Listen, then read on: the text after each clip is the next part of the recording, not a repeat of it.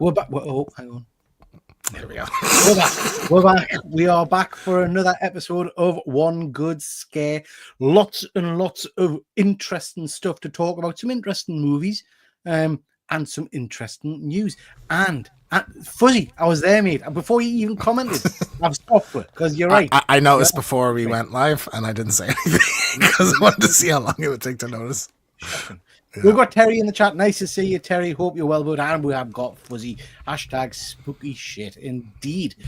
So, loads to get through tonight. Before we start, how are you, Mr. Keegan? Are you well? All is good. It's my spooky night, and I enjoy that. I look forward to it every fortnight if we're lucky. So, lots to talk about. Lots more movies, like reviews to do.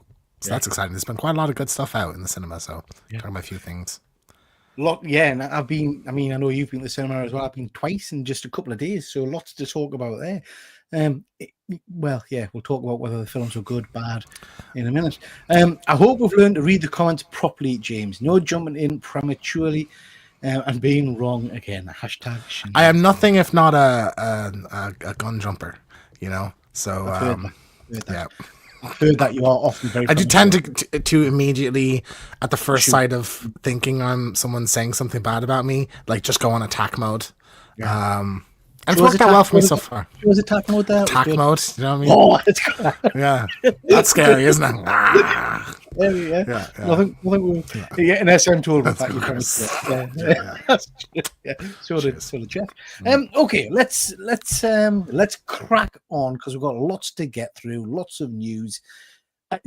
Before we do it, I think this might be the first episode where you're not going to talk to her about Scream stuff. I don't think I've got a Scream played. No, I don't think anything official has happened since. Fabulous. The last one. Oh shit!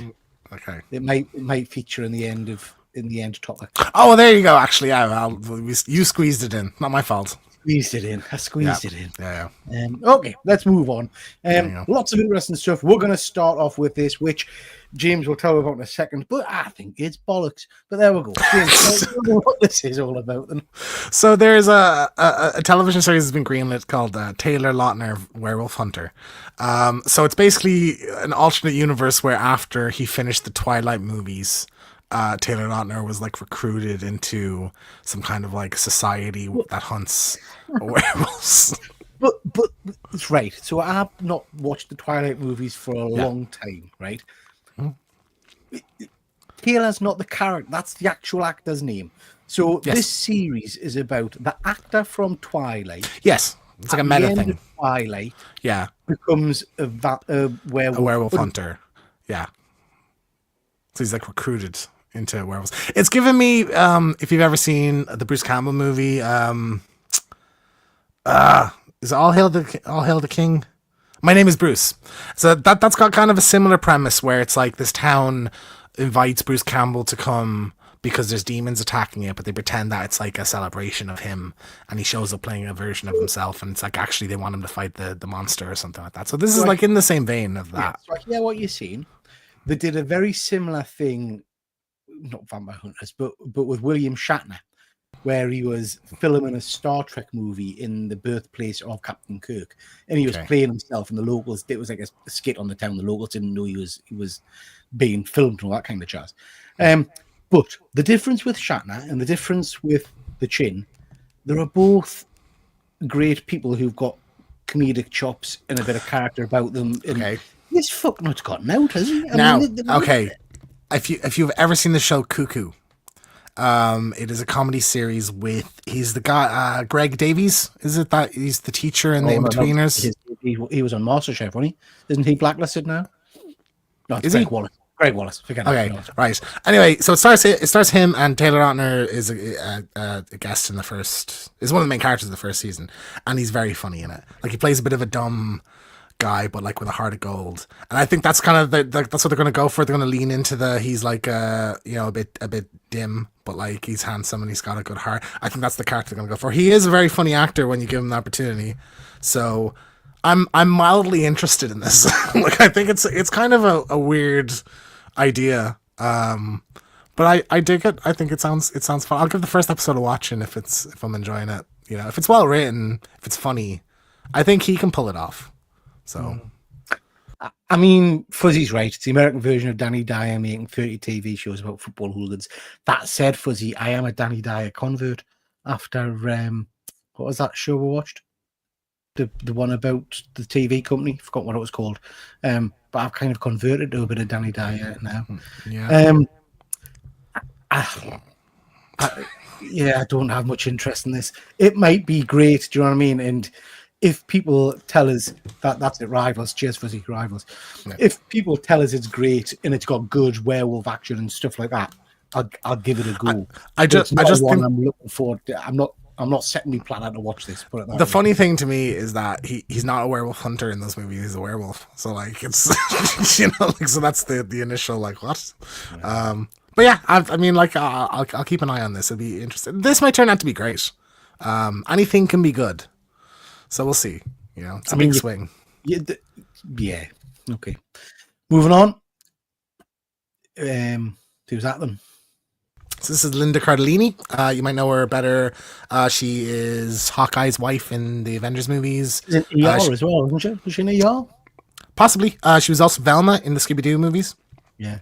She is in talks to join the what I thought was a dead series, the Friday the 13th Camp Crystal Lake series, as Pamela Voorhees. So she'd be leading it, kind of in the Norman Bates kind of role, for that prequel series. So I think that's pretty good casting. Like she's a great actress. I like yeah, I'm curious. I'm just more so like, oh, we've got an update on that show. It's like I didn't think the show was as far as I was aware, that show had been completely scrapped. So I guess they just went back to the drawing board. I'm still not getting my head around how they can even make a show about it. Do you know what I mean? I can't work out. Psycho I could understand because we're introduced to that character, when he was already kind of, his mum was dead and he was killing people and stuff. So when we got Bates Motel, it made sense. And it was an alternate kind of take on things, I guess. But in this universe, the kid's drowned. We don't know that she's been murdering people and stuff, has she, before the first Friday the 13th movie? Well, the first one opens. See, it's she. I don't think maybe she is like close in age to what Betsy Palmer was in that first movie. I don't know, but the opening of the first movie is her killing the counselors the year after it happened. It was the counselors that let Jason drown. Right. So, like what I thought this would be is like Jason, like maybe the first season is just kind of, mostly setting up things, and then Jason drowns in the end of the first season, and then season 2 is her kind of like avenging him. And maybe you like the way Bates Motel did, like one of the seasons adapts Friday the 13th, but it's from her perspective, I'm not gonna lie, James. If that is it, if season 1 is literally the build up to Jason drowning, it sounds dull as ditch water. I mean, that's not what Friday the 13th fans. Friday the 13th fans are going to watch it or wanting a slasher, are they not? This is not going to be a slasher. It's not going to be a slasher. But I think equally people would have said, oh, Norma Bates and Norman Bates as like when like years before the murder spree. What's the point of that show? Like, where's that? No, because the movie set up that it had been going on for a long time and stuff. I don't know. We'll see. Yeah. I mean, you're right. She's a great actress. Good casting. So I'm in the lead. This is a strong lead to put in there. So I'm looking forward to this now. Okay. Last of Us. You're not wanting to watch this, I presume. I'm not. What? I'm not joking. I'm saying you're not bothered about it. I can't be fucked. Now, so we got new posters and official air date for The Last of Us season 2, April 13th. It's going to begin on. I've voiced my opinions on this. I think the posters are beautiful, really striking, and like the kind of symbols on the bottom representing the characters and stuff. I think that's really cool. I'm nervous. I'm nervous for like the reaction to it, but I'm excited to see it. Like I think it's gonna be really great, and I think the casting for all the characters has just been spot on. Stoked, really, really, really excited. Yeah, looks cool. The character on the Firefly symbol. Do we know who's she? It's a new character for this big character, Abby. So yeah, controversial character in the game. So we'll see how the television version is received. Yeah. There was actually on that topic in the game. She's like muscular, and people are people hated her because she was muscular. Oh, the wokeness making women not look like women or whatever. And now people are bitching that the actress isn't bulky enough for the characters. It just feels like, to me, people just wanting to be and whinge about things. So, but like Caitlin Dever, I made a video on my gaming channel a long time ago, back when Pedro and Bella were cast, saying that this was the actress I wanted for this role. So came delighted. Cool, nice, clean posters. I do like them. I'm looking forward to this. This should be good. Is a point of interest. This is probably one of the only series that horror type series that my wife's really into. She keeps asking us when it's coming back. So that's good. I'm happy to hear. Yeah, so looking forward to seeing that. Also, sorry, on that topic, one of the HBO executives said it's going to be 4 seasons. Okay. So that's interesting because I think like you can't get 3 seasons out of the second game. You can get 2 out of squeeze. So they could go beyond where the game's left off, or just create something new for the last season. So it'd be interesting to see. I hope they don't try and slow it down to 3 seasons, because it would be a bit of a snooze, I think. Yeah. Good stuff. Looking forward to that. 2 more posters that we've had out. We've got Silent Night, Deadly Night, and Hearts of Darkness.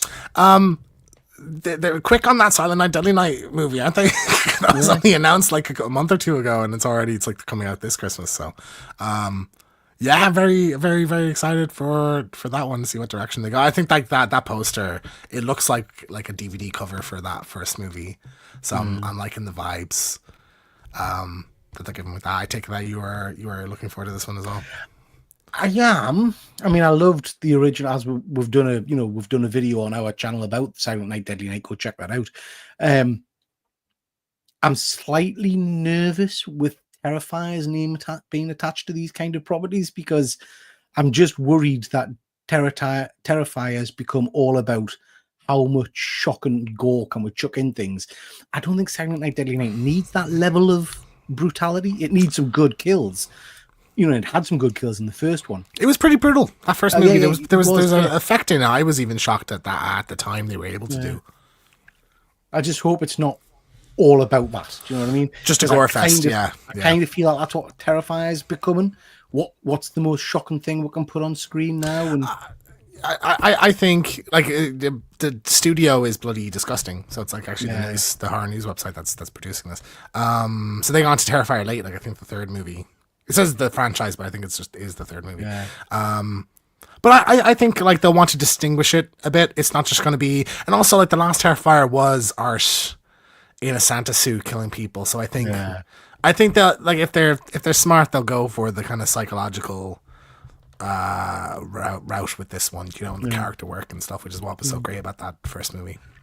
We've got Monk Kismo. My wife and I are big fans of Buffy, though she generally hates horror. Yeah, Buffy's a superb series. We're going to touch on that in a little bit. We've got some Buffy news, Hearts of Darkness, the making of The Final Friday. Yeah, so I've watched, like I've seen a couple of Friday the 13th documentaries, and the story behind is that Jason Goes to Hell, The Final Friday. It's really interesting. So like the director of that was a friend of Sean S. Cunningham's son. So Sean S. Cunningham was the creator of the series and like directed the first movie.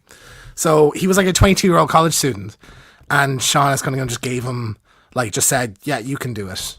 Yeah. And so the movie, a lot of people feel like the movie kind of fell apart at that decision. So like we're getting, it's called Hearts of Darkness, a documentary purely on the making of that movie. Pretty sure the guy, I can't remember his name, but the director guy is like leading that, like he primarily be about him and interviewing him and stuff. So really fascinated about this. There was a whole lawsuit, I think, about it eventually and everything. So like really interesting story. I mean, you're into these documentaries about your horror movies, aren't you? You've seen a couple of them, I think. Yeah, I love them. Yeah. Is this one good? Because isn't the last one ridiculously long? So there's a particular studio, I don't know the name of them, but they've done, my favorite documentary of all time is Elm Street Legacy. That's 4.5 hours. Chucky is about 4.5 to 5 hours. The Friday the 13th one's I think 7.5 hours. Yeah. Or something. But like it's broken, it's nice because it's like the first movie will typically be 90 minutes and then 45 to 50 minutes for every other movie. So it just depends on how many. So like you can watch 2 or 3 movies in chunks. Do you know what I mean? Yeah. They're digestible. Like, just to answer SM, so she's not worrying about what we've been talking about. We're talking about something earlier, and James mentioned that he's often premature, and we're just Fuzzy jumped in that you've mentioned that too. I wish. Buffy. Dun, dun, dun, dun. Little bit of a plug. I've got a video coming out over on my other channel all about this soon. Yeah. This is Buffy the Vampire Slayer. The news that we are getting a requel. It's a continuation, I guess, of the first 7, I think, seasons of Buffy. I'm hyper about that. Do you know what? Sarah Michelle Gellar kind of disappeared, didn't she, for a while? She did Scooby-Doo. She did a couple of shows. There was something with not Mark Ruffalo. Who was the guy who played Mr. Fantastic in the first? Ian Grufford. Yeah, Ian Gruffalo. That's a movie, isn't it? Grufford, that's a book, I think. The Gruffalo. Anyway, she did a TV show with him where she played a twin sister or something, which was weird. But she's been back recently in Dexter. I'm going to touch on that in a little bit as well. And she's been phenomenal. And do you know what? She looks amazing. She's acting's great.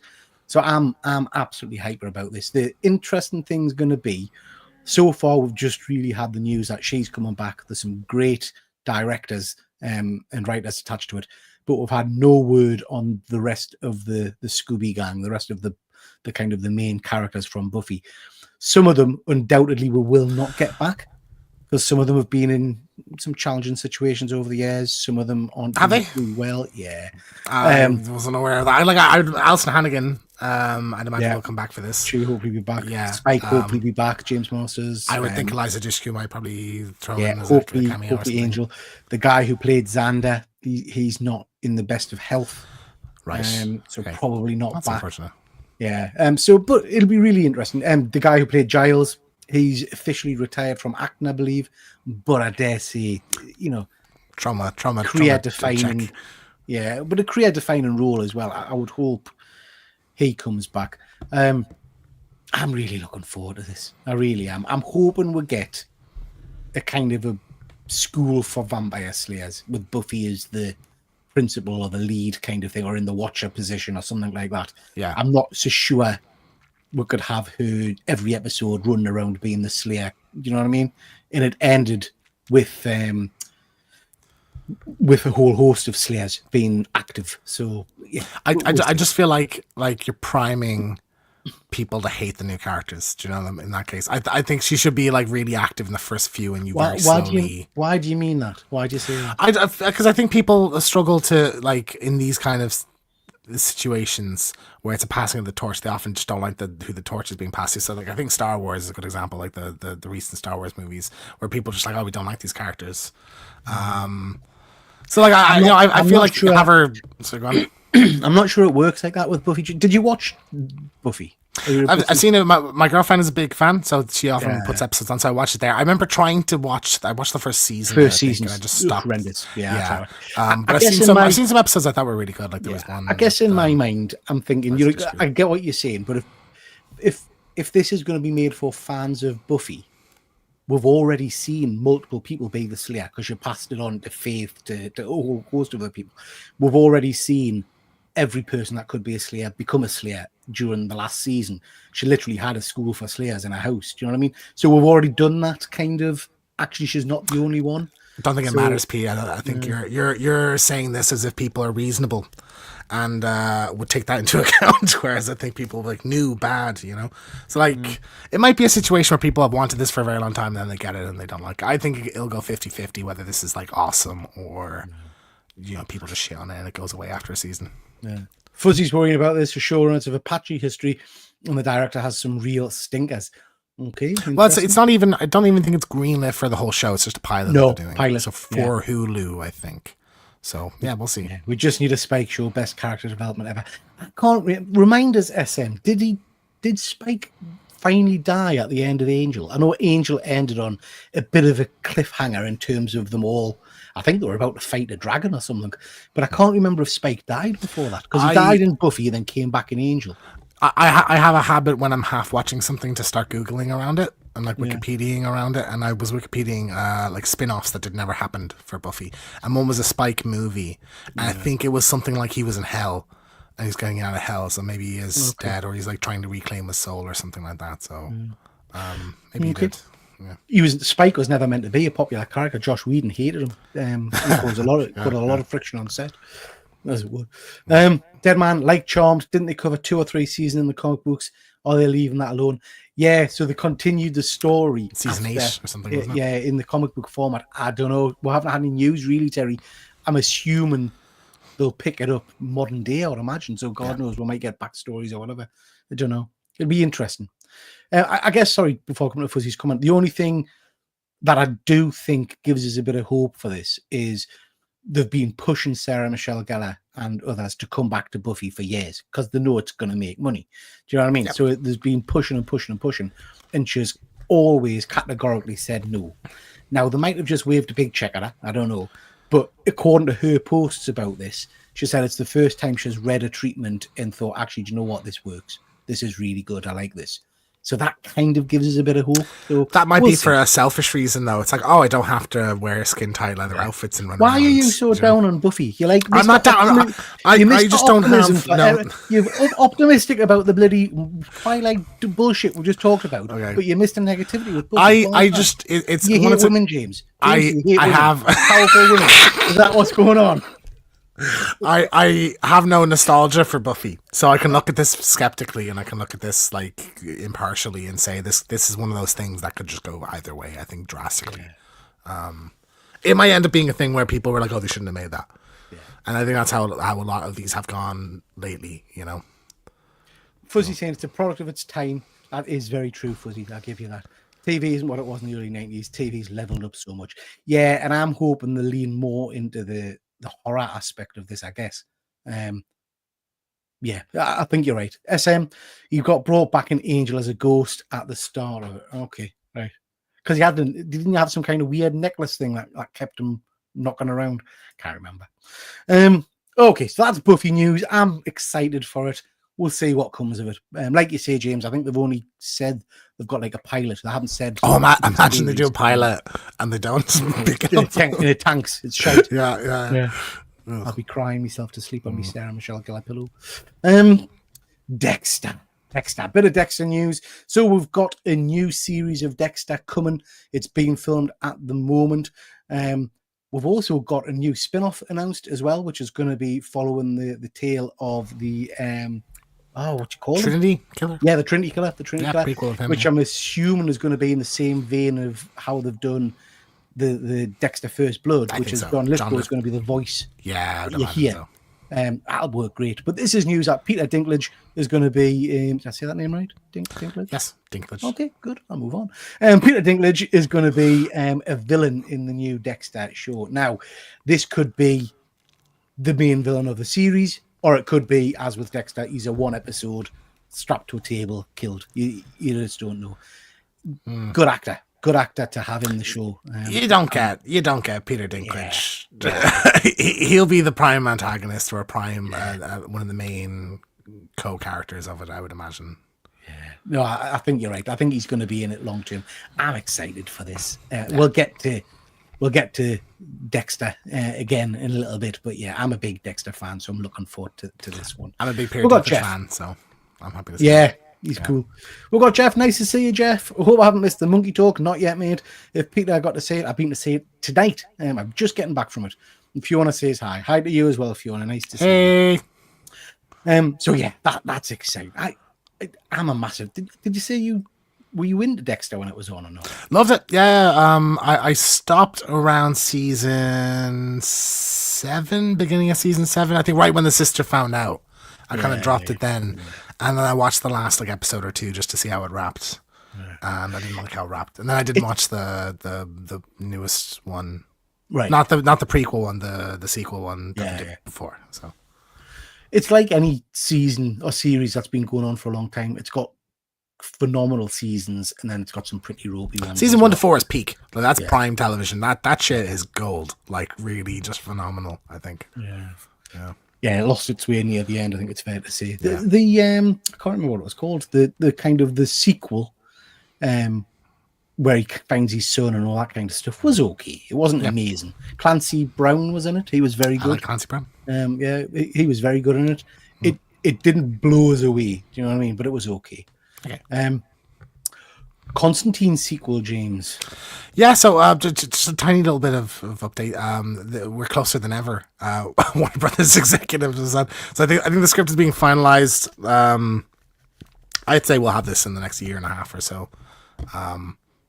You're a big fan of the Constantine movie, aren't you? I was thinking about this when I was putting the slides together. I need to go back and rewatch it. I cannot remember it. I remember really liking the guy who plays the devil. Peter Stormare, yeah. Yeah, I'm going to get shot for this, I think. Keanu, I love in John Wick, but the guy doesn't have a great range of acting ability, I don't think. And I think I felt that in this movie. He wasn't convincing to us as Constantine as the comic book character. You know, you've got to kind of remove that from that. Yeah, thing. well, because he's just not that character at all. He's the smoking is there and stuff, but Constantine's a Cockney, kind of wisecrack kind of, exactly, trench coat, David Bowie looking kind of guy, so it's wildly different. I love the movie, so I'm excited to see this, and I think again, just like the pedigree that Keanu has now, like versus back then.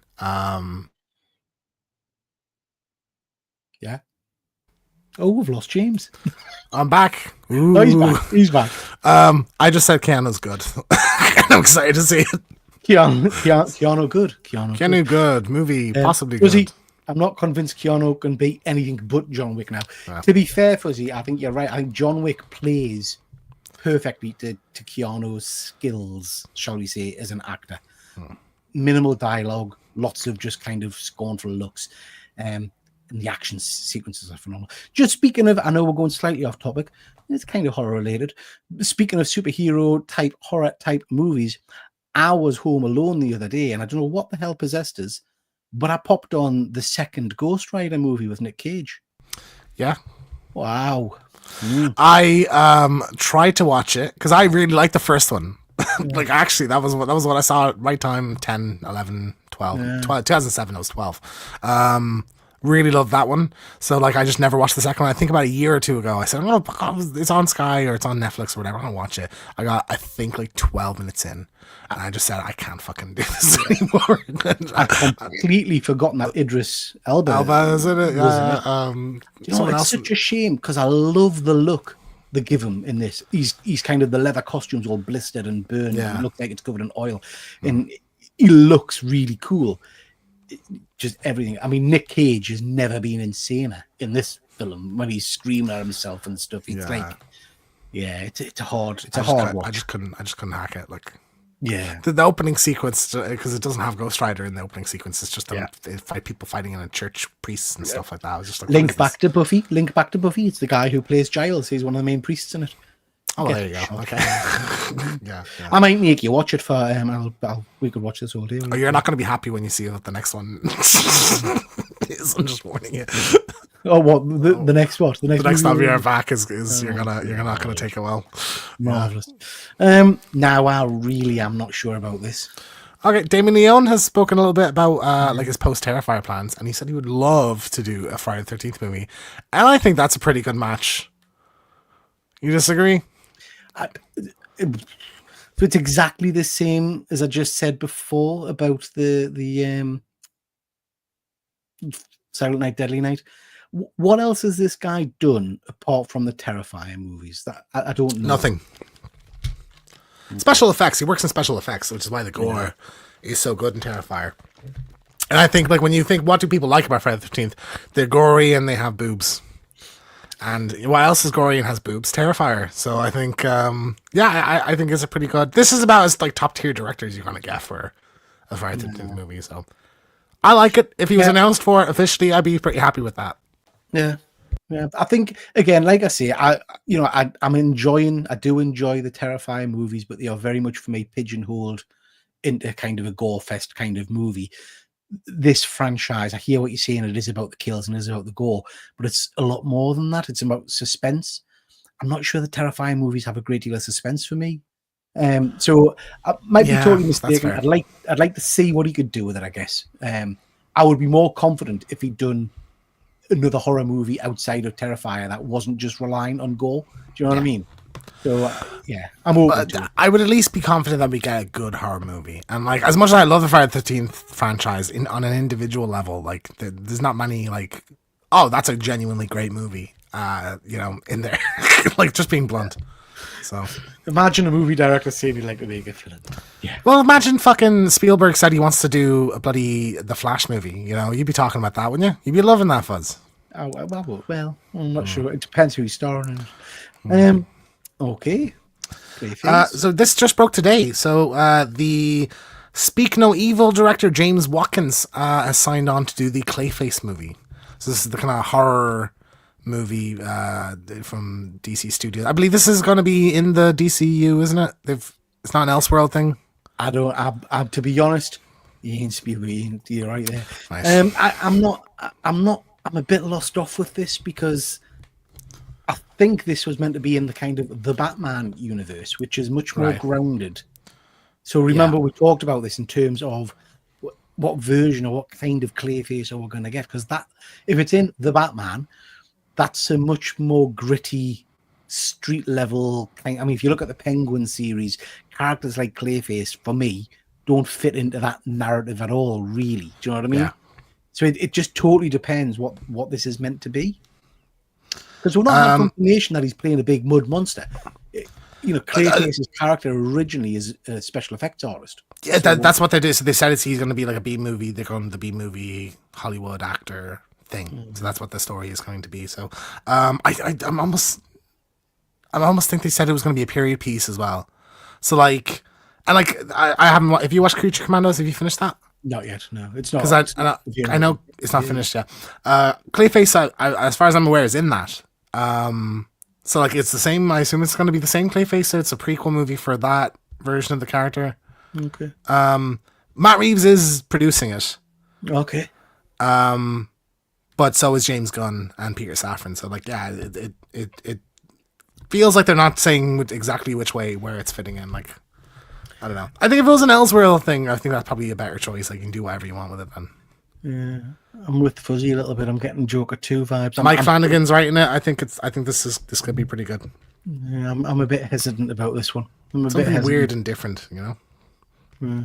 We'll see. An interesting one. What's this? Oh, that's that. I think this is. Guess who's back, baby? The dentist, isn't he, from Jurassic? From Godzilla vs Kong, Godzilla X Kong, the new empire, and he's coming back for the next Godzilla versus Kong movie. So I thought that was noteworthy. And I love Dan Stevens. I think it's unfortunate that he's the worst character in a movie. It's not his fault. He's a great actor. But yeah, this is happening. So look forward to more of him in the next Godzilla Kong movie. Yeah.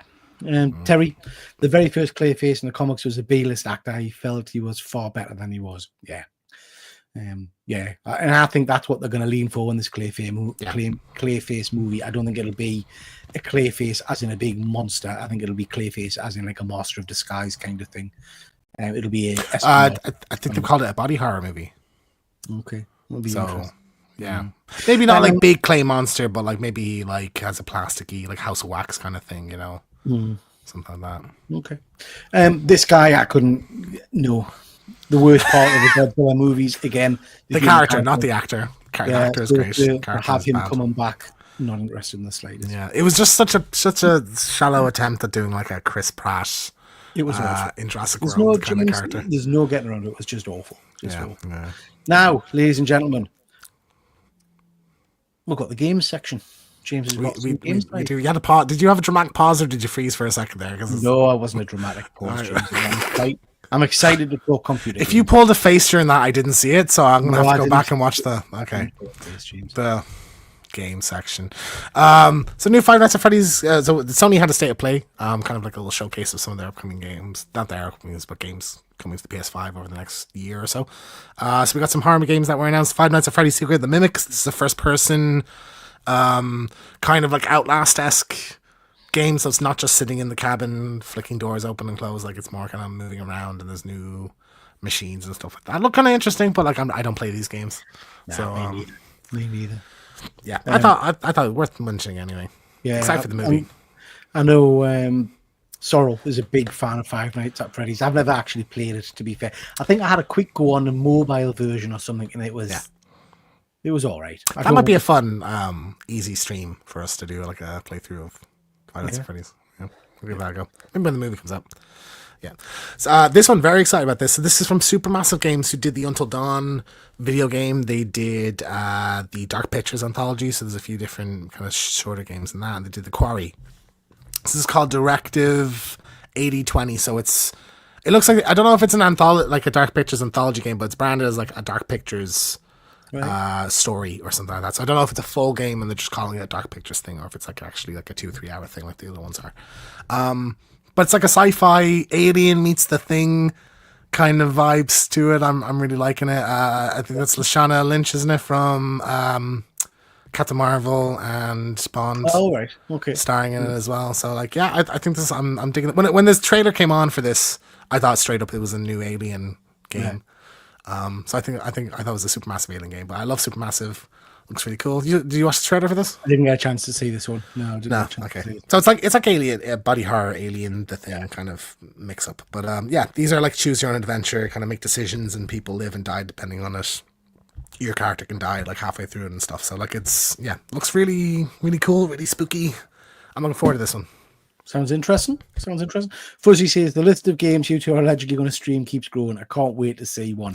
We have like an intro for a gaming videos that like I whipped up like with a theme and new theme and everything like months ago. You're the gamer. You're the one that needs to set this up. You're the one with the bloody computer to stream. The only gaming we've got on this channel is stuff I've done, and you know I'm 47. I haven't got a frigging clue what I'm doing. Get it sorted, can you guys? I have a Mac though. Would you want to buy me a gaming PC? No, I didn't think so. Buy you a no, get yourself sorted. Come on, Days Gone. What's this? Days Gone. So this is do you remember the guy I met at the Comic-Con that had the really long queue? This is the game that he did, and the studio had recently the new game cancelled. So Days Gone is like an open world zombie apocalypse game. You play like a biker. And it's kind of like very World War Z, like where there's like zombies kind of flood towards you and stuff. So you have big hordes that you have to deal with. So it came out in 2019 and it had kind of middling reviews, but over time people have kind of grown. It's garnered a bit of a cult, like it's more of a cult classic now, like garnered a fan base. So Sony's announced they're doing a remaster of it. I think it's just kind of a cheap way to get another 50 quid out of the game to make people buy it again. So they've said that there's a new trailer and they said there was some graphical upgrades. I think that looks pretty much identical. Can you tell can you spot? Yeah, it looks like the same image. Just slightly more pronounced. So when I was setting the slides together, there was this one, and there was another image of a guy with tattoos and things. I think. Yeah. And that one was exactly the same as well. So, yeah. So like apparently a graphical overhaul. I don't see it. There'd be quicker load times and stuff like that. Like there's a PS4 game, so now it's going to be on PS5 natively. The only thing that like I would be willing to get for it is that there's a new like arcade mode, like a horde mode where I think it's like endless zombies coming after you, or you have like massive challenge modes and stuff. So if you have the game on PS4, you can pay 10 quid to upgrade rather than pay 50 quid for the game separately. So I might do that just to knock around the horde mode because it's really cool. It's fun running around shooting zombies and stuff. So I like this game. It's sad that we never got a sequel to it, but I maybe if this sells really well. Ben doesn't have a game in the production at the moment, so get Days Gone 2 eventually. That'd be cool. Terry's saying a touch more shadow. Terry's older than me. Terry's older than me. That's probably just your cataracts, Terry. I wouldn't worry about that, mate. No, but also you wouldn't know which one. Do you know what I mean? If you took original and remastered there, and you were asked one, which one looks better? It's like, well, they're both of equal quality. Was the remastered? His face looks a bit broader. Do you know what I mean? But that might just be the image has been stretched a little bit when they put this together. Do you know what I mean? He looks a bit. It looks the same to me. It's freaking. Yeah. Yeah. Moving on. Struggled with any action figure news this week, so I'm not really going into any great detail, but these are some new Terrifier 2 action figures coming out soon. This was on the what do you call them? Which is the website that does all the horror action figures? Is it Mad About Horror? Yeah, this is on Mad About Horror. What's the company? I think it's I don't know. I can't remember. I'm not going to do a Simon and lie. Okay, I can't remember. I took this screenshot from a little video they had playing. It literally just said "coming soon." Yeah. Not the kind of figures I would collect. But if you're into Terrifier, there you go. Check them out. It's Terrifier 2 specifically, is it? Yeah. Okay, cool. Yeah. I my heart skipped there, Pete. Go to the next slide, please. Boobies. Ooh. So DC has officially announced a brand new crossover with Harley Quinn and Elvira, Mistress of Dark. Hello. So I'll get the name wrong. The writer is Jimmy Palmentier. I can't remember what he's called. Palmiotti, yeah? Yeah, I can't remember. He's wrote Harley Quinn a lot. Okay. Right. And Jennifer Connor, I think, is the artist. It looks great. It looks really fun. It's interesting because I've not seen... Like, Elvira's look across the Dynamite comics has been very consistent, so seeing like a new art style for her is interesting. Surprised though, like David Avalon has been the Elvira writer for a very long time, so seeing that character written by someone else, it'll be interesting. Sorry, Terry, I apologise. I'll speak up, Terry, you won't have heard that. Sorry, Terry, I apologise. Amanda Connor. Yeah, Amanda Connor. Great looking artwork. I love the Elvira books. I'm not a massive Harley Quinn fan, to be perfectly honest. But just more Elvira. I like her in the DC universe. There's a lot of potential there for Palmiotti. There's a lot of potential there for like some fun hijinks there. You know, looks cool. Cool. Before I move on to the next comics panel, I haven't got a slide for it, but just to say, myself and Efren interviewed a lovely chap earlier in the week about his new book called Buried Long, Long Ago, which is about an American serial killer set in the turn of the century. So please do check that out over on Efren's channel or my channel. Really interesting book coming out. I think it's out in March or April. Worth having a look at. Horror boobs. Can't get better than what a valuable comment, Fuzz. Thank you. Can't get better than horror boobs. Now, big up to Fuzzy over the Dunlop, because he mentioned this to me a little while ago. Godzilla Heist. It was totally not on my radar, but Fuzzy mentioned it, so I picked this up. It's freaking phenomenal. I've thoroughly enjoyed this. Fuzzy, I'm presuming you'll have read it, so let us know in the chat what you thought of it. James, this is right up your street. This is basically a guy who's worked out... There's a great twist at the end, which I'll not spoil, but this is a guy who's worked out that if he can somehow direct Godzilla, he can get Godzilla to help him commit crimes. So the first half of this book basically is how he's basically, you find out a little bit later on, he's set up this emitter which emits things that attract Godzilla. So Godzilla wanders in, and then he's got drones flying around Godzilla's head, kind of putting light in its eyes and things like that, trying to encourage it to shoot at the drones. It shoots at the drones, which goes into a bank and destroys the vault. Right. So he takes all the money out of the bank. That's funny. And then he gets captured by this other group of people and all the rest of it. It's got a good twist at the end. I thought this was great. This was an interesting book about a guy who's using kind of big killer monsters for his own advantage. Artwork inside, great. Story got us intrigued. I will definitely be reading on. I'll definitely be picking up the rest of this, because it's just the end of the story piques my interest even more, shall we say. So yeah, worth reading. It's just a one-shot thing, is it? Or is it? No, it's a mini-series. I can't remember. Fuzzy, let us know how many issues it is. I'm not sure how many issues. But the first issue ends with a real, like I say, good twist and a good cliffhanger. Okay. I love that concept. I have to say, I think that's really fun. So yeah, like that one. Give that a look. Well worth a read. Good book to pick up. Okie dokie. Some trailer news. Very quick on the heels of the first trailer for Until Dawn, we got a new one. Give us a look at some more of the villains in the movie. The marketing around this is really going for it's a new monster every night. So I think that literally is a plot point in the film. It's not just like a thing that happens organically. Do you know what I mean? So this is Until Dawn? Until Dawn. Yeah. I'm getting Cabin in the Woods type vibes from this. I loved the first trailer. I loved the second trailer even more. I think this is going to be right up my street. Yeah. I love the idea of just recurring different types of monsters. So I thought it was all going to be based in the house and all that kind of just your kind of your generic serial killers and stuff like that. We saw a few like monstery, mutanty things in the first trailer, but this second trailer has like a giant thing walking through the woods and stuff. Yeah, there's a glimpse of that in the first trailer, and that was the thing that piqued my. I was like, whoa, that looks really cool. There's like ghost kids and stuff. It looks like there's like this. And it's interesting because I don't know how much this is linked to the game and all the rest of it, but in terms of we had Cabin in the Woods, which I think was quite successful, and most people would say the end of it, where you get all these horror monsters and icons kind of in screen at the same time, was what really excited a lot of people. Yeah. And then we just had nothing. Why did nobody pick that concept up where it feels like this absolutely has? We're going to chuck everything horror people like in one film for little short kind of bits. I see what you're saying. I love it. I think it's going to have that fun kind of tone that Cabin in the Woods has as well.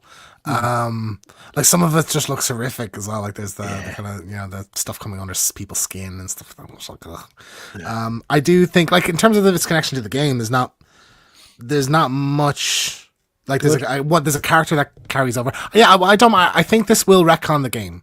To where like the games, whatever's happening here, whatever time loop that the characters are in is like, that also happened in the first game, and every time you play the game, you're seeing a different one or something. I'm curious to see how it does tie into the game, because they've said it's in the same universe. But like, the more I see of this, the more I'm just like, oh fuck, I can't wait for this. This is gonna be great. And I really would like. I hope it's great. I hope it's fantastic, and I would love this to be a new franchise. Then we get one of these every couple of years, and just like let the directors get crazy with it. Sounds great. So looking forward to this one. Trailer really did float my boat. I thought it was great. Yeah. So this is Bring Her Back teaser trailers. This is the new film from the directors of Talk to Me. Yeah. I swore didn't they do a prequel to Talk to Me? This isn't it, is it? I don't think this is it. No. This looks completely unrelated. So like this confuses. I wasn't sure what I was watching at first. Yeah. My takeaway from it is it looks a little bit like the Monkey's Paw kind of story, in that there's a kid died, and then they do something, some kind of occult, voodoo, whatever, to fetch the child or raise the child back from the dead, and it goes horribly wrong. Yeah, that's the kind of feel I got from it. That's what I surmised from the teaser anyway. It looks interesting. I'm a big fan of this. This is the people who did Talk to Me, when we both loved that show, that movie. I mean, so this could be promising. The trailer confused. It didn't leave us thinking, oh, this looks good or this looks bad. I was just like, oh, that's new. I going into Talk to Me though, I don't think I'd really a high thing for that either. So I feel like this could just blow you away. Yeah, I kind of want to be surprised, so I might not. I'm not going to watch any more of this. So when a new trailer comes out, we'll just kind of acknowledge it came out and not say anything about it. But very, very, very excited for this. Interesting. Fuck me. No, nah. We got a teaser for Megan 2.0. It is literally Megan with a pink background, dancing, like doing her freaky dance like she does. Not into this, no. No, this was the worst part of. So I know you think Megan was great or whatever. For me, Megan I thought it was good. I don't think it was great. It missed out on some of the horror elements. It needed to be scarier. It needed to be more threatening. When the thing started dancing, that for me was the worst part in the movie. Yeah, everybody seems to think it was fantastic. And then this trailer comes out and it absolutely just purely focuses on the dance. Just triple down on it. And then at the end does the slay or whatever. And it was like, oh, no. Yeah, so I hope there's more to it than this. Do you know what I mean? I'm feeling that this isn't going to go on this is going to lean into the things that you didn't like about the first movie, and you're just going to hate it even more. I agree. So, now, have you read the synopsis about it? No, I don't really know what the plot is. So I don't know how true it was, but I read something when I was getting the slides, and it was the lady from the first movie. There's some new hyper intelligent AI comes out or something that's causing mayhem, killing people or whatever. And she's got to rebuild and resurrect Megan to fight this new thing. So we're doing Terminator 2. Yeah. Now that might be bollocks. That sounds cool. I like that. I think that's fun. Because then you can have the other AI be the scary thing, and Megan can do her weird dances and save the day. Yeah. Okay. Moving on. Jurassic. Whatever. Jurassic World. We haven't talked about this yet, have we, at all? Like, being amongst ourselves. Don't think so. No. I am not. Like, I know a lot of people just adore Jurassic Park and Jurassic World. I've never really been that big into it, even as a kid. So, like, I have no nostalgia really for it. Like, I watched this trailer and I'm kind of like, this looks fine. So, right. So I do like Jurassic Park, whichever iteration. I like seeing dinosaurs on screen, all the rest of it. But the trailer did nothing for us at all. It felt, and I guess we could say this about a lot of movies and franchises in particular.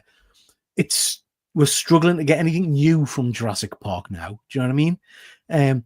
This literally looked like, oh, look, they've gone to an island to get something. Doesn't matter what. They've gone to get something. Now it's look, this was the research facility for the first one. And more monsters here. And on this island... These monsters were too dangerous to go to the original park. It's like... Yeah, exactly. This monster's even bigger than the last monster that the last park had. And this one's got mutant monsters as well as other monsters. It's like...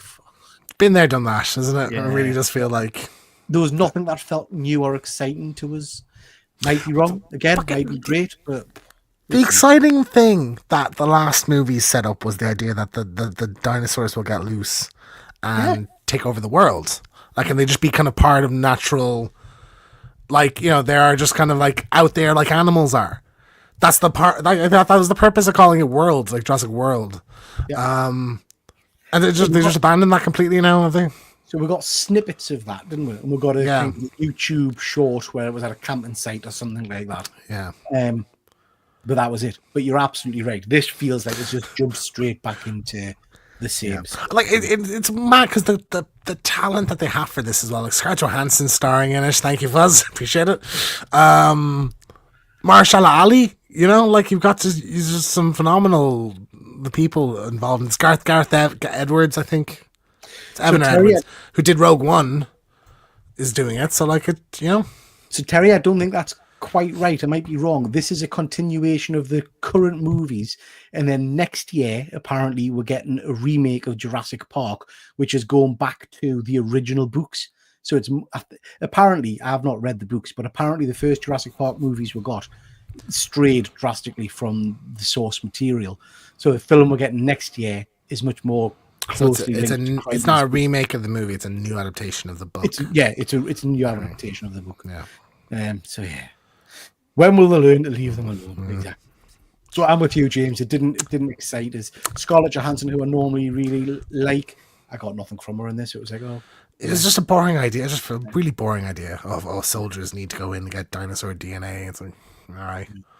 So this can only really pleasantly surprise me. I'm going to go into this with really low expectations. So this is exactly what I've heard, Darkman, that the film next year or the year after is going to be less kind of designed to sell toys for kids, and it's going to lean more into the violence and the horror of a monster island, which is going to be right up my street. So we'll see. I'm seeing all of this. Of course, I'm going to see this because it's Jurassic Park. Yeah, I'll go see it in IMAX and I'll get my popcorn for it. Yeah. Okay, we'll get the Final Destination Bloodlines snippet type trailer thing. This was the perfect trailer for this movie. It is because it is literally just one of the kills broken down into snippets. I felt very nostalgic watching this. I think it's just because it's been so long. Like it's been 13 years or something like that since the last movie. So watching this, I'm just like, it's a tattooist, and like kind of the fan starts flickering and things are starting to go. A rat knocks over a thing, and you're just like, I just felt a little warm inside. I'm like, I love these movies. What a great sequence, what a great kill. Just a great tease for the movie. Absolutely, I was the same. I thought my only downside is I hope this was quite a chunky scene. It was a full scene, not just a trailer. So I hope that doesn't detract when we actually see it in the movie. I think it'll extend past where we saw. So Yes, because like his nose is getting ripped off, and he's gonna like his face is gonna start melting and stuff like that. Like it'll go further. But yeah, I think what they don't want to give away what all the kills are, because like if you watch the other trailers for the other ones, it tells you what half the kills are. So I think they're being very coy about it and secretive about it. I think that works better to shock you in the movie. I also think like this looks like a big upgrade in terms of the visuals. Like it's very well shot. Like in the color palettes and everything like that, it just looked like I was impressed like at how good it looked. So Terry's asking, is this a brand new set of characters? We're not sure yet. It's called Bloodlines, so I don't know if it's going to be linked to. I do know Tony Todd is in it. Yeah, so this will be his last film role. Returning as the mortician, is it? Yeah, who's supposedly deaf. Darkman saying, found it funny that in the comments, people are saying it's not realistic. Not realistic. You're absolutely right. Yeah, I know. Obviously, the mention in this trailer that his dad's just died. The film's called Bloodlines, so I'm assuming it's an entire family that's going to be getting wiped out. You think that could be? Yeah. Because he's tattooing dad on his arm. People who skipped death years ago, maybe it's coming for their descendants or something like that. Yeah. But yeah, great scene. Great scene. I don't want to say any more now. Nope. Just want to go and see the movie. Yeah, stoked. I just wanted to mention Dexter. This series has now concluded. Have you watched this, James? Not yet. I want to watch it because Slater's in it. I will give it a watch at some point. We've got some great actors in it. We've got, as we mentioned earlier, Sarah Michelle Gellar, Christian Slater's in it. You know, first episode, I wasn't 100% sold. It took a little while to get used to. By the end of the series, this guy is Dexter to me. I think he's fantastic in the role. I think the trick of having John C. It's not John C. Reilly. Can't remember the original Dexter's name. Michael C. Hall. Michael C. Hall. Yeah. Michael C. Hall's voice in his head is perfection because you get that link between the two. By the end of not even by the end, by the second, third episode, this was just Dexter. Do you know what I mean? It didn't register anymore to me. I just thought it was superb. Great kills in it. Great seeing him develop. Some superb acting in it. Some funny bits as well. It's well worth watching. I'm happy to hear, man. Yeah, I do. I want to see because I love Dexter so much. And I'm happy because I was concerned about that it would be like they'd feel like a disconnect, or you wouldn't feel like he stepped into the role fully. So that's great to hear. Didn't in the first episode when he's got his long hair and stuff, I was like, is this finished now? Yeah, this season's finished. It didn't finish as I expected. Does it leave plot threads for a second season of this and not to be continued in the new show? Not plot. The plot threads it leaves, you could argue, are picked up in Dexter season 1 of the original. There's a character in this who goes, and he's in Dexter season 1. Okay. This doesn't end or in a cliffhanger or anything like that, but it certainly ends with enough space for them to do another season of this, just picking up in the same universe. And then does it like lead directly into the sequel? No, so I was expecting it to lead directly into the next one. Eyes open on the table. Yeah, I thought this would end with him waking up, and it doesn't. Really? Okay, that's surprising. Yeah. So yeah, it was great. It was a good, fun watch. Yeah. Good to hear. Worth picking up. C4 Dark Man, have you seen The Gorge? No, I haven't yet. That is Scott Derrickson's new movie or show. Or Amazon, one of those two. Right. It's, the guy again who mentioned him earlier, the guy who played what you call him, man? He was Mr. Fantastic. Ian Grufford. No, Miles. Mr. Fantastic. Miles Teller. Miles Teller. Yeah, it's Miles Teller. Yeah. The other guy that played Mr. Fantastic. The other guy who played They've all played him. Apple TV Plus. Yeah, I might watch that this weekend and let you. Don't have Apple. Well, sucks to be you. Give us your sign in there. No. Hot Eyes. Okay, so me and James have been to see this. I haven't. Okay, I've still not seen this. So no spoilers, please. I've been to see Hot Eyes. Took my wife as a Valentine's Day treat. This is a movie about a serial killer who's been up and operating for a while, who goes and hunts down couples on Valentine's Day, bumps them off in gruesome ways.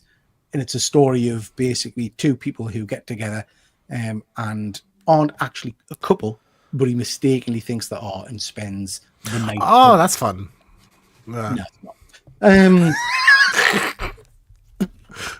Not a fan? No. Really? My honest view, me and you are going to disagree on this, James. Okay. I know how you're... Jeff, my buddy Jeff, has hyped the shit out of this and said he loves it. He liked it more than other movies that I love and he loves. Really was super complimentary on this. So I'm surprised to hear you don't like it. I thought this would be a shoe-in for you. No.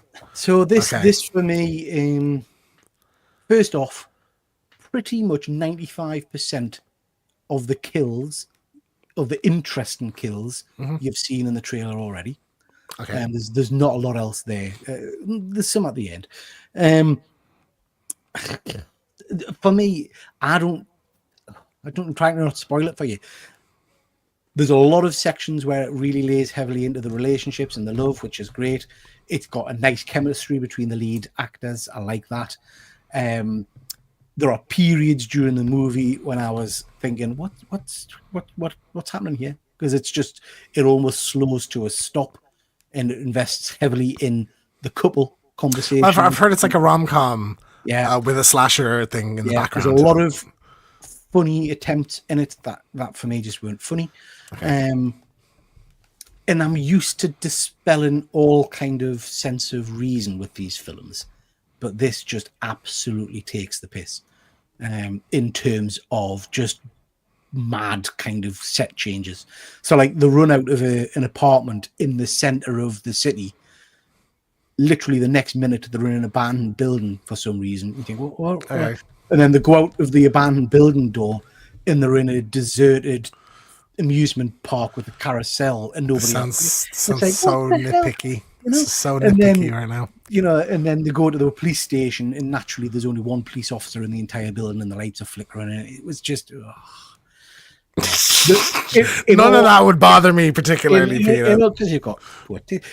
In all honesty, at one point, I genuinely thought to myself, there's going to be some big twist here, that this is them filming a movie, or there's going to be some meta element, that this is really a cheesy kind of movie that they're setting up and you're going to get a murder on set. I thought there's got to be something happening because it was... Yeah. No, I didn't like it. Okay. You'll love it. You'll absolutely love it. I'm certain I'm going to love this. Yeah. And we can have a little bitch back and forth about it. And we'll have a spoiler review up in like next week at some point. I'm going to go see this tomorrow. And I'm stoked. I can't wait. I'm sure I'm going to love it. Okay. Moving on. Okay. Now, so we have recorded a spoiler one for it. Last we did on this show, I had seen and you hadn't. So we can do a little non-spoiler just for people who are curious about it. I'm not going to see it. Companion, what you want to say about it, Pete? It's hard because if people are going to go and watch this, I would like don't know anything about it. Just it's better to not know anything. Yeah. Don't watch any trailers at all. Just go and watch it for what it is. I guess what I would say is I enjoyed this movie. It had some twists and turns that I liked. It had a twist in it that is completely and utterly ruined by the trailers, and it affects the entire movie. So if you are going to go and see this, don't watch the second trailer in particular. Yeah. Red Hulk shows up. Red Hulk's in it. Yeah, Harrison Ford shouts at that woman. You know, she dares speak to him. So yeah, but actually, in terms of a movie experience, great cast, some great action, some fun dialogue. Jack Quaid, is it Jack Quaid? Yes, Jack Quaid. Yeah, Jack Quaid's amazing in it. Yeah, a good film. I enjoyed this one. I really enjoyed it. I think the opening statement from us in the spoiler was that like, why would they give this thing away in the trailer? So if you don't know anything about it, that looks interesting. Watch it. it's a 10 out of 10 experience if you don't know anything about it. I think for me, like I absolutely loved it. This has been my favorite movie of the year so far. I thought it was just really sharp. The script was really good. It was really funny. Like the dark comedy moments in it. There's some tension in it, and just it kept surprising me in a good way. I didn't see a lot of it coming, so like I just think it's a fantastic fun film. When this comes out on streaming or whatever, I will definitely go back and rewatch it, because without giving stuff away, it's like almost got a Sixth Sense kind of moment. I think there'll be loads of stuff to try and pick up on. Oh yeah, no. Like I think I had to pick, because I started doubting what I'd heard about it. Yeah. The movie was so convincing about something, and then so I was listening out and I'd heard think, oh, that's a reference to that, and that's a reference to that, but it was subtle. So yeah, I think you're right. I think there'll be little hints of things that could happen later. Yeah. But overall, great movie. Phenomenal. Worth to check out. Worth going to check out. Fuzzy, I've been waiting for Dog Soldier's review for about 3 months. It's done, Fuzzy. It's coming. Yeah. Nevermore Film Festival next weekend, where it's in America. You can see the list of films. Nice list of up and coming stuff. Oh, we'll check that out. Didn't know that. Okay, so the movie. So I've been to see this tonight. James, you saw it I saw it on Tuesday. I went to a secret screening in Cineworld, so I saw it a few days early. Okay. Oh, I've gone. You start what often? What did you think of? We'll just do non-spoilers because it's just out today. So this is from Osgood Perkins, who did Longlegs movie that both of us I think liked, but I liked more than you. I would say would be fair. Yeah, I thought this was great. I think it's at its best when it is following the format of there's this monkey and it's supposedly cursed and people die in weird circumstances around it. I think that's when the movie's at its strongest. It does like have a kind of a sort of a twist or a pivot story-wise in the midsection. And so the back half I think is like interesting story-wise, but I think it's not the strength of the movie. The strength of the movie is that kind of the first kind of half of it where it is just a weird monkey that's killing people. So I think it is very like Longlegs in the sense that I did have a sense of kind of dread whenever the monkey's around. Like I found it kind of suspenseful. But I just thought it was really funny as well. Like there was a lot of surprising kind of shots in it. Some characters kind of very immature in it. That I was surprised by the dialogue from them. I think the cast is phenomenal as well. There's some actors I wasn't expecting in it, like Tatiana Maslany is the mom in it. You have Elijah Wood show up at a point in it as well. Theo James is excellent as the lead. So I think this is a really, really great time, really fun movie. Yeah. You didn't like it? I don't know. This one's really hard. I went into this, haven't seen the trailers, loved the trailers. Thought this was going to be right up my street. Absolutely agree with you. The monkey elements, the stuff that I loved. I did feel a sense of dread with the monkey. It's creepy. It's really, really interesting. The humor works at times, other times just pulls us out of the film. This film, I don't think it knows whether it wants to be a comedy or a horror or what. There's some truly horrific deaths, which I love. Oh my god, yes, some shocking stuff in this. Yeah, some of them are like super fast, and you get kind of glimpses of them, but that works really well. Other times it just felt a bit laboured. I don't know. It wasn't as groundbreaking and superb as I really wanted it to be. I went to see this late afternoon, so 5 o'clock or whatever it was. This is the first movie in a hell of a long time where my wife has actually put her head on my shoulder and gone to sleep. It just, because there's periods where it's like you're literally sitting, and I don't know if it's, I don't want to say it's not got good kills and things, so it absolutely has, and they come at a good pace. But there's something about the pacing in between that at times, which just feels like it's like dragging, and you're like, just come on, just move on to the next bit. I will acknowledge that the movie's only 90 minutes, and I came out of it and I swore it was like 2 hours 10. Yeah. So like it is very slow paced, like particularly like the kind of opening. It's probably only 15 minutes, but it felt like half an hour of the movie is like them as kids. Yeah. The main character is a kid. So I felt like that went on a bit long, you know? So I understand what you're saying about the pace of it, but yeah. I mean, you mentioned like Elijah Wood there, and again, this kind of speaks to what I mean about the tone of the movie, not really knowing where it's going and stuff. That entire scene is about the guy potentially losing his kid, and it's just weird. It's played for like a really bizarre kind of dynamic between the two dads and stuff, and it's like, what the hell? There is, I in terms of like taking you out of the movie, I will agree, because there's a joke later on towards the end that involves like a music kind of build up that gets like sudden. It's very Marvel-y, almost like it gets cut off, Yeah. and then it builds up again. It gets cut off, and it's just like this is like the kind of thing I like a film student would put in their short film. Yeah. Kind of thing. So I get what you're saying, but I think this is like going for, it's a dark comedy, like it's not with horror elements. It's not a horror, like a scary horror movie. It's not supposed to be. I will say, I love the concept of the monkey. I love the idea behind the movie. So I would like to see more from it, if that makes sense. I would like to see more in this universe, what happens next or what's happened before and things like that, because it does leave some questions unanswered. But yeah, it was good. It wasn't great for me. Would you have preferred if it was like in the vein of a Final Destination or something, where it was just a straight horror, there was no comedy really in it, like maybe significantly toned down the comedy?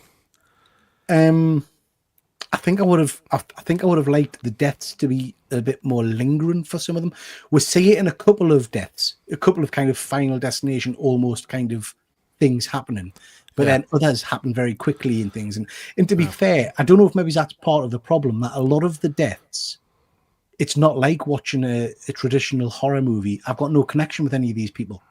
Do you know what I mean? Yeah. I have no connection to any of the characters that are dying, so I don't. Yeah, really there's even like a montage, isn't there, at one point? Yeah. That's fair. I get that. Okay. Yeah, like I think I would probably put it on the same level of Long Legs for me. Like I think we don't usually score things, but I think like around 8.5 was around where I was sitting at with this. Like I don't think it's amazing. I think there was some great stuff in it. And I just had a smile on my face watching it. I just thought it was great. But like 100%, the first half of the movie, half to 2/3, before the kind of not tonal, but like the story shift in it, was definitely the strength of the movie. See, that's interesting, because I probably like the end better. Well, I mean, it goes wild. It goes wild, like the last 15-20 minutes of the movie. So like I thought that was really interesting as well. There's no getting away from the fact, though, that the monkey itself is creepy, and when it grins and it starts playing the drum and stuff, there is definitely as a concept and as a kind of a thing that you can move into other movies and other franchises. I like that. I do like that. Think we're gonna have the monkey too. I hope so. To be honest, I would watch more. I think it's a good start to a franchise. Another thing, just a side note, I found like the setting of the movie sort of like you couldn't really place when it was like, it's set modern day, but like the when they're kids, it feels like it's the 50s or 60s. Do you know? And then the modern day feels like it's the 90s or something like that. Like people have CTR televisions. Like, it does give you the date. Is it not 1999 or something? It's the year of the. It is. The flashback is 1999, and then so modern day was 25 years later, so it's 2024. No, I thought it was whatever year of the monkey is when it's set in like the later part of the film. No, I think that's the flashback. That's when they're kids. I'm not sure. I think because it's set modern day, because the monkey disappears for a while, and when they rediscover it, it says it's the year of the monkey, and it kind of comes back then. Anyway, maybe we'll rewatch. But anyway, my understanding was that the them as adults, the latest part of the movie setting is modern day, but it feels like it's 90s or 50s or whatever. You know, it was odd. Kind of interesting, but like not interesting bit at the very end as well, mind. Which there's, again, no spoilers, but there's something happens when they're driving away. So yeah. I laughed. Right. It was interesting. Yeah, and then have to say, if you are going to see this, there isn't a post-credit scene, but it's got nothing to do with the movie. It's a trailer. It's a trailer for the Osgood Perkins' next film. Yeah. Which looked interesting. If I had known you were going to see it, I probably would have put a slide in that to talk about that, maybe. But We'll do it next episode. So that's The Monkey. Let us know what you think of that if you have seen it. Fuzzy, remember Pob? I do remember Pob. Didn't he spit on the screen and wipe the screen? Pob? You not seen Pob? No. Yeah, interesting. funny little. He had like puffed out cheeks and. What is it? A character? It's like a weird. It was on Sunday mornings with him and Frank, the thing with the big round head and the eyes. Pob. It was a weird little thing with big cheeks, sticky out lips, and it used to spit on the screen and wipe it. Sounds like you. Cool. Because he doesn't know where he was going with that. Pob. Just popped into his mind. That's a weird looking. C4 Darkman 90. That's Pob. That's Pob. Yeah. C4 Darkman 98. Is that reference to the year it's meant to be set in, Darkman? Would it have been better? No. Would it have been better than Monkey was a doll? It was dancing, probably. Yeah. I can't watch this. It was the same monkey in Toy Story 3. Interesting fact. In the short story, it's a monkey with cymbals, like the kind of the clang, right? And Pixar or Disney trademarked or copyrighted that doll. So that's why in this it's with the drum instead of that, because of Toy Story they copyrighted that. Yeah. Crazy, isn't it? Yeah. Has King of the Monkey turned up anywhere else like Dark Tower? I don't think so. It's a very small short story that King did. It's one of these ones where they've adapted it and changed it quite a bit. So there was a part in the movie I caught where they mentioned the name of the babysitter. So they have a babysitter when they're younger that brings them to the hibachi place. Yeah. And the character's named after another Stephen King character, and I was like, is this like an alternate universe thing where that's supposed to be that character? Yeah, I don't know. We'll talk about it in the spoiler thing. But it caught me off guard for a sec because it's a really famous character. I was like, oh. Okie dokie, moving on. So I thought we'd have a little chat about good movies. So one of the things that we've discovered doing this show, James, and the other shows that we do, is that we both have varied exposure to what people would normally class as classic movies. We discovered the other night you'd never seen E.T., for example, and there are some horrors that I've never seen. So I thought what we'd do is we'd have a little look-see at one of the ranker sites. Now, I know ranker, lots of people get excited about, blah, blah, blah, and just see what people have ranked as the top 25 horror movies of all time and whether we've actually sat through them. So we're not going to go through in detail, okay, but we're just going to see whether we've seen them, now, whether they're the ones that we want to watch and all the rest of it. We're going to need some parameters here. Like when you see, as in start to finish, you have sat and watched through. Yeah. So not I caught half an hour of it here and there over the years. And I've seen it. Okay. That's not watching the film. You have to have sat and watched the entire movie. Start to finish in one go. Okay. And again, let me know in the chat when we're putting up on the slides whether you've seen these movies, which ones you have or haven't seen. This was voted on, like I say, on Ranker. They got 38,000 votes. 495,000 votes from 38,000 voters. And there's some interesting ones. There's some interesting ones there. How many? So 25. How many? You know how many you've seen? No. No. I can talk about them. I kind of just stuck the slide. Just showing up. How many do you think you've seen out of 25? How many? It depends what they're classing as classic. I mean, this is people voting for the best horror movies of all time, isn't it? If it was between you and me, you have a very different taste to horror to me. So some of yours, but I guess with 25, I would expect there to be some similarities. Do you know what I mean? I would say I would be surprised if I've not seen 20 at least of them. Yeah, I think that's fair. Yeah. Okay. So let's crack on. Sorry, horrible slides. I just grabbed them straight off. So The Omen. Now we know we've both seen that. Yeah, did it for the show. Big fan of that movie. Love it. Check out I'll be right back on it if you wanted to know our thoughts in depth. That was a really fun episode to do though. And I really liked the first elements. I was in like a big mood for that series at that time, but I really enjoyed it. That was great. Scream. We knew we'd get a Scream slide in, James. You had to get Scream in somewhere. Absolutely. One of my favorites. Phenomenal. Like I think but one of the earliest horror movies.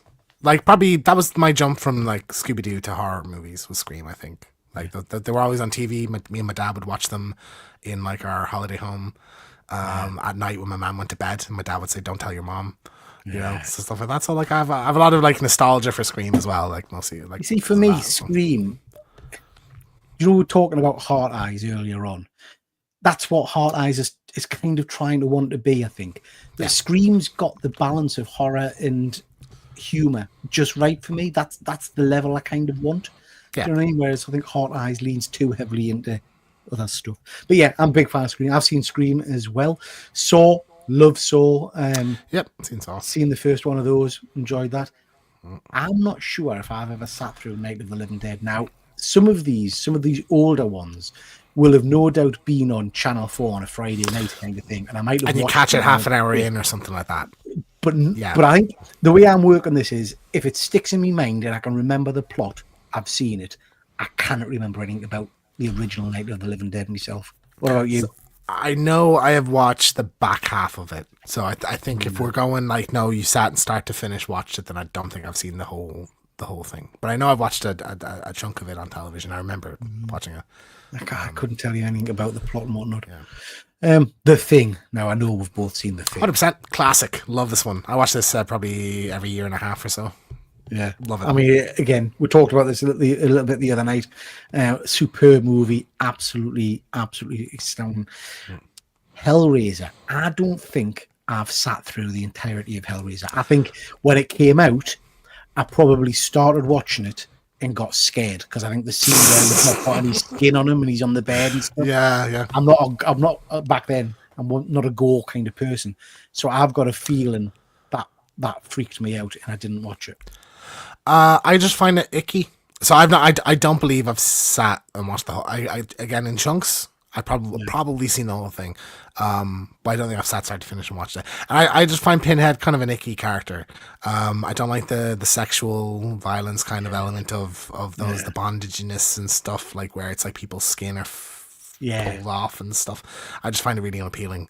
So I've never really been a fan of that franchise. I don't believe I've sat and watched the entire thing. Well, that's interesting. So far we've both not watched the full Night of the Living Dead. So we're the same at the moment. We are, yeah. Next, we've got the American version of The Ring. I've seen that start to finish, yeah. Yeah, I didn't know that. That's great. I think it's great. Yeah, really, really strong adaptation, I think, of I've seen the Japanese one as well. The Japanese one is freakier. But I think, like, for a Hollywoodized horror movie, it's pretty good, I think. Which is the one? So I've definitely seen The Ring.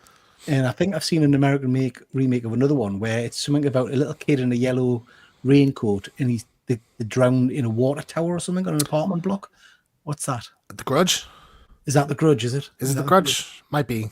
Or Gothica? No, that's Hal Berry, isn't it, Gothica? Yeah. Anyway, 28 Days Later, we've both seen that. Yep. Great movie. Can't wait for the next one. Mm-hmm. The American Werewolf in London. I know we've both seen that. One of my favorites. Only watched it, but I'd never seen it before. I'd only watched that last year, like kind of around this time last year. So a long time without seeing that, and it's one of my favorites now. Rosemary's Baby. I do not believe I've seen it start to finish. I don't think I've actually seen it in completion, like even over the years. I think I've seen a chunk here and there. So I think I've seen it, but I couldn't commit to it. I know what it's about. I know it's about. I've seen the ending. I know. Yeah. Watched it when I was younger, but it's not a one that jumps to mind. So I don't think I've seen that either. I'm going to say I haven't seen it. Yeah. So that's interesting, James. We've not seen matched. Yeah, there you go. Night of the Living Dead, Hellraiser, and Rosemary's Baby. Let's see what the guys in the chat are saying before we move on. The Thing should be higher. Yeah, I would agree with that. Yeah. Fuzzy thinks he's seen 9 of these. He's unsure about Hellraiser. I'm surprised to say I've seen 8 of those. Well done, Terry. In fact, it is 8. Not seen Night of the Living Dead or Hellraiser. C4 Darkman, The Ring, get out. Never watched Henry Cavill Hellraiser. Is Henry Cavill in Hellraiser? Is that the new one? I don't think Henry Cavill's in it. The TV show? Oh, I don't know. I've even watched the Henry Cavill Hellraiser. Maybe he's in another unrelated thing called Hellraiser and he's making a joke. I don't know. Yeah. Skin off, unappealing. I get it, Terry. I'm with you. That's good. That is good. Friend of mine gets killed in 28 weeks later. My condolences. Very cool. Very cool. Okie dokie. Let's see what we've got next on the list. We're not. Well, I don't think. Scream should be higher than that too. I don't think we've done that well there, James. Mind 3. I feel like as you get higher, the chances of you seeing them are more. Yeah. And Hellraiser 7. Wow. Okay. Next. Silence of the Lambs.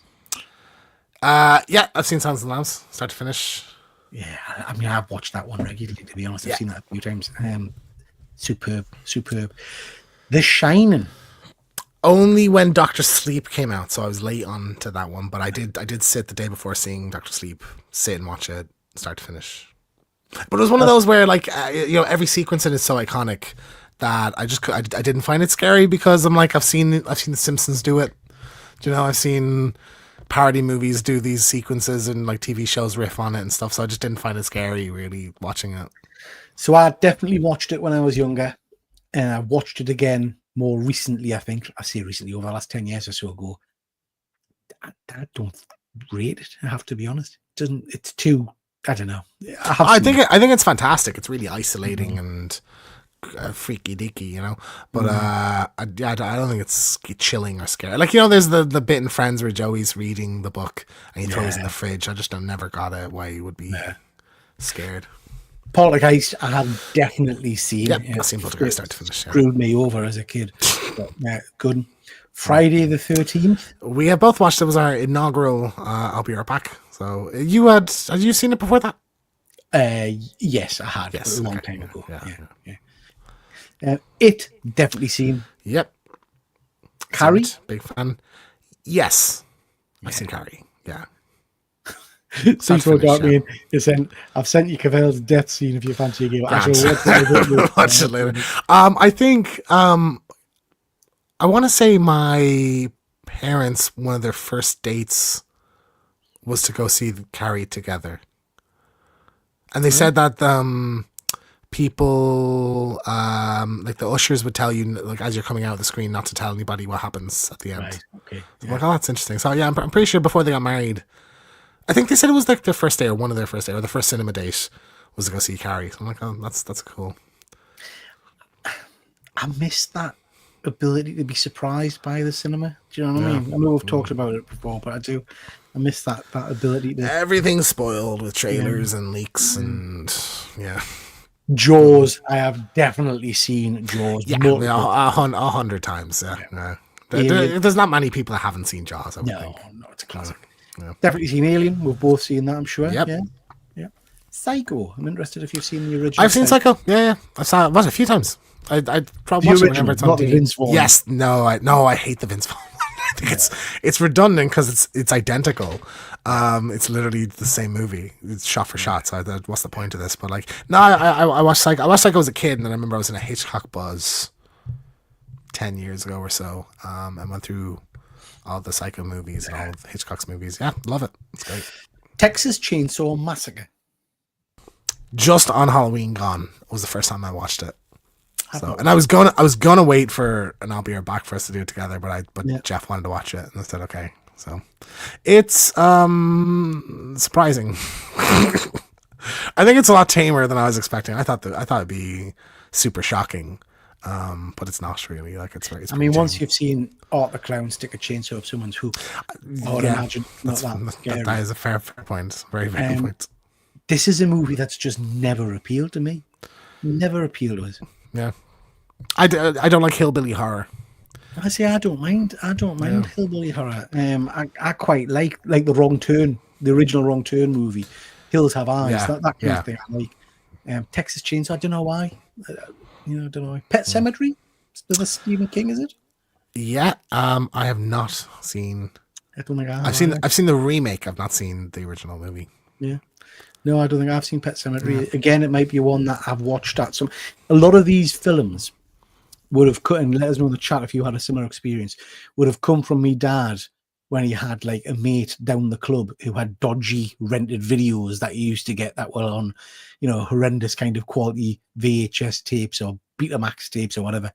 And you never knew what you were getting really. It was just whatever film, it was, and you stuck it in and whatever was there was there. That's how I first watched Predator. And I've got a feeling Pet Sematary was one of those kind of movies that we might have watched, but I can't remember it at all. Yeah, I want to take before we move on a stab at the top 3. No, Sorry, chill out. Okay. Evil Dead. Yes, I've seen Evil Dead multiple times. yeah. I'm gonna say. Hang on, just calm down. Controversially, I'm not a big fan of Evil Dead, the first one. I don't think it's that good. But before we get to the top... I think compared to Evil Dead 2, I don't think it's as good. But it's fun. I saw it in the cinema for an anniversary screening a few years ago. And it's like, I think it's good. It is. Yeah. It's a fun watch on its own, I think. Fuzzy, I'm on a roller. Not seeing Texas Chainsaw, no intentions either. Yeah, it's not one that I'm particularly interested in, I have to say. Yeah, it doesn't hold up. Not seen all the way through. Keep falling asleep. Found it boring, but again, I'm amazed. I've seen the other 11. Wow. You're on a roll there, Terry. You've seen loads. Watched all of those ones. Good stuff. I can't count. I've seen 11 of the 12. See what I mean? Vince Vaughn's wasn't shit, but certainly as redundant as it's not shit because it's Psycho. And Psycho's good, so it's got a strong script and a strong, cinematography and stuff. Back and rewatch it. I can't remember much about it. The only thing is, I think Vince Vaughn is a bit miscast, and I think there's a bit where it's a bit more overt that he's masturbating when he's spying on her through the peephole, and I thought that was a bit. You can hear the flapping, it's weird. Yeah. Oh, now I'm not a fan of Achilles heel slashing. It always freaks us out. I'm not a fan of them, mate. Yeah. I saw Chainsaw on one of those, Peter, on the Dodgy videos. Yeah. I'm not a horror fan, but this list is the classics, probably why I saw most of them. I think you're right, Fuzzy. They are classed as the classics. Okay, James, top 3. Let me know in the chat what you think the top 3 voted are. So what do you think we've got? I'm certain of what the 3 are. The order, 2 of them could be interchangeable. I would say 3 is Nightmare on Elm Street. I would say 2 is The Exorcist and 1 is Halloween. But I think Exorcist and Halloween could flip. I would imagine Nightmare on Elm Street is 3 though. Okay. Anybody else guesses in the chat just before we move on? It would have to be Exorcist, Halloween, Nightmare on Elm Street. Exorcist, Halloween, Freddy. Yeah. They've not appeared so far, have they? So yeah. Must be. Elm Street, definitely. Yeah. Okay, let's have a look-see, guys. We have got The Exorcist. Oh, okay. Nightmare on Elm Street number 2. Surprised at that. Yeah, putting Halloween. Now, as Fuzzy says, these are just classics, aren't they? I think everybody's seen these films. I've definitely seen all 3 of these. Well, I hadn't seen The Exorcist until the last movie came out, which was only a year or so ago, wasn't it? A little over a year and a half ago, or something like that. Yeah. So if that remake hadn't come out or the new one hadn't come out, I wouldn't have seen that. So I'm thinking that I might be telling porcupines here. You've not seen The Exorcist? No, I've definitely seen The Exorcist. You've not seen Nightmare on Elm Street? I'm not sure I've watched all of the original Nightmare on Elm Street. I've definitely I've definitely seen the sequels. I've definitely seen Dream Warriors. I've seen the remakes. Yeah. I can't remember having sat through the first movie. Well, so do you know how it ends? I can't remember. It ends on a pretty iconic shot. That's also kind of silly. Coming through the bed. No, that's halfway. That's Johnny Depp gets sunk into a bed and stuff. Yeah. No, it ends with a mom getting pulled through the kind of window on a door on the front door of a house, but it's like a blow up doll. So it's done really fast and looks silly. And then I'm trying to think how it opens. I want to give that a watch with you and see what you think of that then. Yeah. If you've not seen it, because the whole thing. Do you know what? Like I keep saying with a lot of these, you've got to remember, James, I'm a lot older than you, and I will have watched all of these when they came out, but I've just not revisited them. So yeah, I don't know. Maybe that. Maybe I have seen it. I just can't remember. Anyway, there we go. That is our little content through. I don't think that's too bad. I think we've seen a lot of them. I think 21. I think both of us 21. You're maybe 20. You didn't see Texas Chainsaw. Not bad. Mm-hmm. Okie dokie, ladies and gentlemen, that is the end of tonight's show. James. Sunday, Sunday. Dog Soldiers review will be up, I promise. Or this channel ends. The video, I'm literally just doing a couple last second tweaks. The video's done. So thank you all for being so patient. I hope it was worth it. It probably won't be. It's very basic. It's a very standard episode of the thing. But we're gonna get these back on track now for the every second week schedule. So thank you. We also have various other videos coming up. We're gonna have spoilers for Companion, for the Monkey, for what's the other one? Hard Eyes as well. Companion out yet? What? Is Companion out yet? The review of that? Did you edit it? We recorded it. Was I editing it? I don't remember. You're supposed to edit it. I don't remember that. I edited the last one, did I not? What was that? Was that Companion? No, that was Wolfman. Oh, so I was doing all the editing. Okay. Yeah. I'm sorry, do you want to do a tally now of who edited what on the channel, Pete? Because I don't know how that'll go for you. We're getting grief in the chat here. Nightmare on Elm Street has 17,303 votes. Halloween has 17,078. Not a friggin' clue. Not a clue. That's interesting, isn't it? I wonder if it depends on how many people have voted or something. Divina. Yeah. Okie dokie. So, sorry, you were saying Dog Soldiers out this Sunday.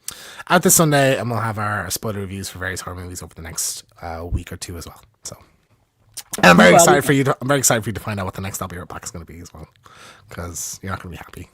Marvelous. I like not doing this. Okay. Listen, thank you very much, everybody. Appreciate you all watching as ever, and we will be back in a few weeks' time. James, before we go, anything you want to add? Well, Peter, it's not Halloween, but I still think everyone's entitled to one good scare.